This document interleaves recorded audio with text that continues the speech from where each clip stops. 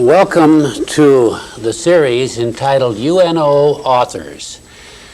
This is the first book discussion on the subject of Loren Eiseley, and we're going to have 3 such discussions during the autumn semester. Today, Dr. Bing Chen of the Department of Electronics, Technology, Engineering, and I are going to talk about Eiseley's autobiographical sketch, which is entitled All the Strange Hours. And then in this same room, on the 6th of October, Dr. Chen and I are going to talk about Eiseley's first book, that is his first published book, entitled The Immense Journey. It was written in 1948. And then on the 3rd of November, we're going to talk about one of the later books in his career entitled The Unexpected Universe. Now, we're going to have reruns of these programs, and we're going to have a second time around at Swanson Library, and on the 9th of October, we will discuss The Immense Journey in the evening, 8:30 p.m., and then at 7:30 p.m. 7 o'clock, all right. And then on the 13th at Swanson Library, we will discuss All the Strange Hours, and then on December 11th, we will discuss The Unexpected Universe. I want to say a word about the Loren Eiseley Society. We have some members here. Kira Gale is one, and she would be very happy to enlist you as a member of the Loren Eiseley Society if you're interested. There are many people in Nebraska who are becoming increasingly interested in this writer who is a product of Nebraska, was born and raised in Lincoln, as we will discover as we discuss his life. So if you're interested in joining the Loren Eiseley Society and meeting regularly to learn more about the whole school of Eiseley thought and all of the legends and the aura that have emerged from the Eiseley tradition, then this is the place to be. So now today, Dr. Chen and I are going to talk about Eiseley's autobiographical sketch, All the Strange Hours. Would you say that it's appropriately entitled, Bing? Yeah, I think it's,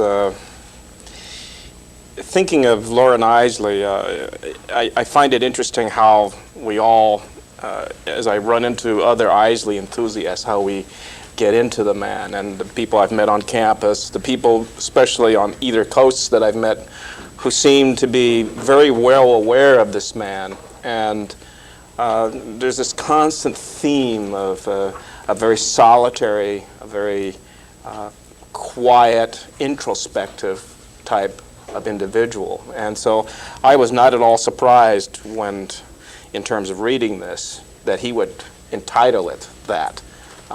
He spent much of his time alone, in solitude, among his pickings and his wandering, as this book talks about him. This last book that you have on the table deals with his name is Ishmael, a modern Ishmael. Mm-hmm. He was very preoccupied, and it appears in the last several years of his life, with death, and with the impermanence of life. Yeah. And with the joy of being alive. Brilliant insight into life. Fossil collector, a poet, a paleontologist, a mystical human being. He said that he embraced no religion, but his life consisted of a religious quest. And when we pick him up in the early phases, he's dealing already with grief. And there's this prevailing overtone of sadness that traces its way all through the book. And sometimes I just wanted to, come on, lighten up a little bit, Eiseley. It isn't really that bad. But that overtone of melancholy is something that he doesn't shake and we can't shake all through the book. I found that I preferred reading this book late at night, preferably after midnight. And it seemed to be the appropriate environment, something very dark and hooded and very, very private. And as I was reading through this, that mood would then suffuse into me. I'd become very melancholy and, and sad and grief-stricken because he writes in such a poetic manner that you share the emotions that he has at that particular moment. It's kind of like you breathe these bacteria of depression. And before you know it, you're right down there under the cloud with him. But it's worth being there because he has a keen insight into the other side of life. And he starts out with a very heart-rending experience when he travels all the way back from wherever he's been wandering. He starts out as a hobo, really, back in the Depression days. He was born in 1907, and he died in 1977. And he suffered from many physical difficulties and I would say inconveniences, not really major illnesses, but he did suffer. Yes, he did. He suffered from TB, didn't he? When he was. Yeah, he was. His first trip was to go to California. I guess one of his professors had an acquaintance out there who referred him to this friend who was willing to take him on in the desert, in the Mojave Desert, to recover. And in it, he wasn't aware, however, that he was going out there to farm 1,000 turkeys.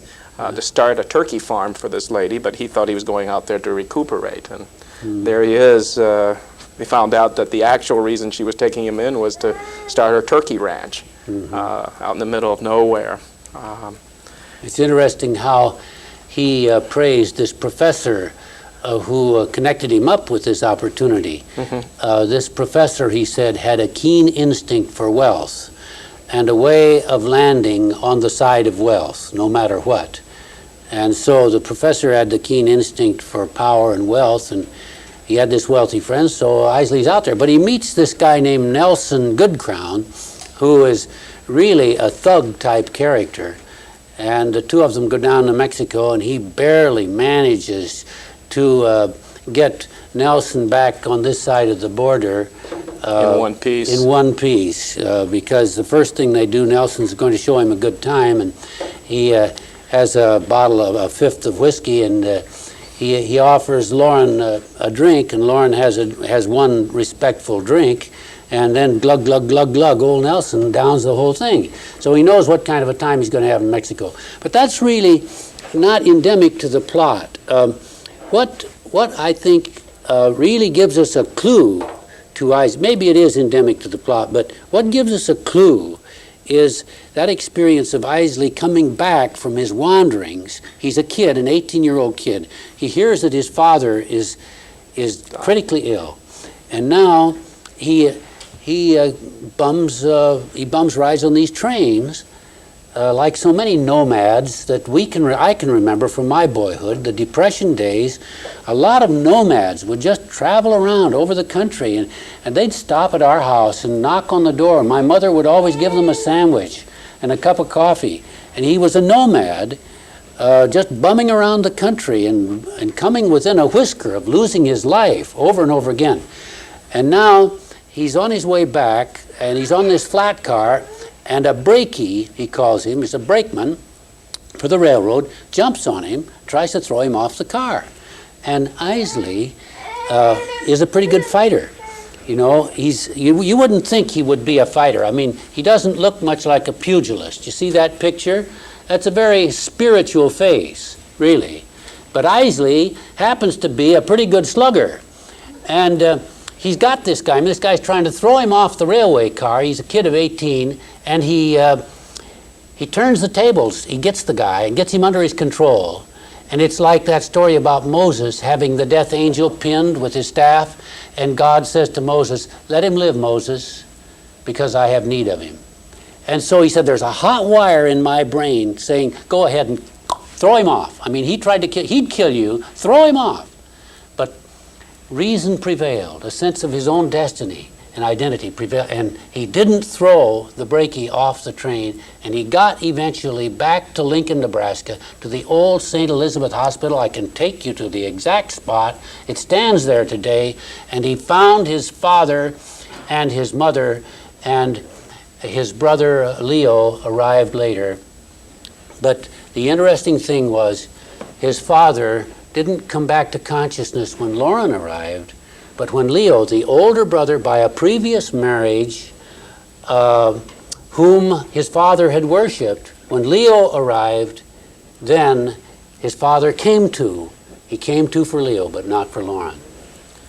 And there's that touch of melancholy that comes from that. I was also your son. Yeah. And yet you did not feel the need to have that spark of life return to you with my presence. I've come all this way to be with you at your death's side. Yeah. And this relationship with the family, he owes a great deal to Leo. What influenced Loren Eiseley to be the individual that he was, the influences. And he speaks of Leo in terms of being a young boy of 5 and 6, not yet able to go to school, and his parents deciding, do we send Loren to elementary school, kindergarten, at the age he can go? And for one of the few times that the mother and father actually did something harmoniously, the mother and father agree that let's keep him out a year. Let's let him be free for one more year. He has all the rest of his life to learn words and books.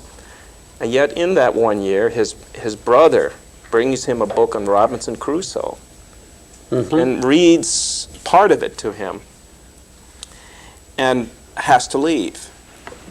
And it is in that period when he is gone, Loren has already learned different words, understands the alphabet. He's a very, very, very intelligent child.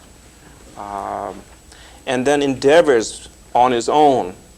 Imagine trying to read a Defoe book at 5 or 6, and he endeavors with the help of a dictionary then to figure out all the words that are in the book. He has that act of will to carry his will forward. He's made that vow that he will read that book one way or the other. And I think that forms part of the crucible of his character. He starts school late. And, you know, you mentioned his mother being, how much of his, I call it paranoia. I think there's a very thin line between mental health and trauma. And I see him in an almost perpetual state of traumatization. He's always feeling sorry for himself. And this overtone of, I have to call it self-pity, comes through time after time. There's greatness there. But I wonder how much of it is related to his mother. I wouldn't be surprised if a great deal of it can be placed at her footstep. She had a problem with deafness. Her relationship with the father was not, she was a second wife. The first wife had died. For some reason, which we will not know, he does not go into some of the personal details. He won't relate as to why the second wife could not fulfill the greatness of the first wife. Yeah. They were always constantly bickering, and she was a very, very lovely woman in youth, but that beauty was of the physical side, and would not come back again until he attends the last part of her life, and he saw the beauty and the childlike innocence of her. As we get older, we become more childlike.